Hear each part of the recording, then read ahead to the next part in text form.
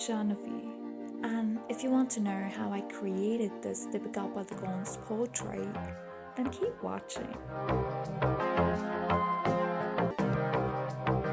For this sketch, I am using watercolor pencils. Alternatively, you may also use normal color pencils.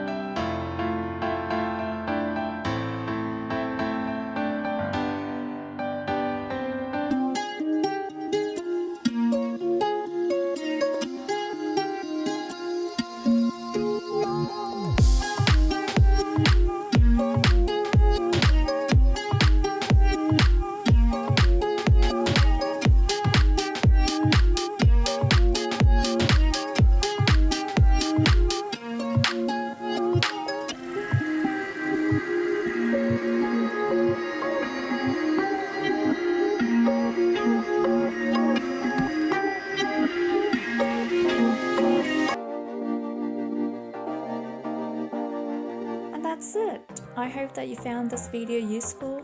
Don't forget to subscribe, and I'll see you guys next time.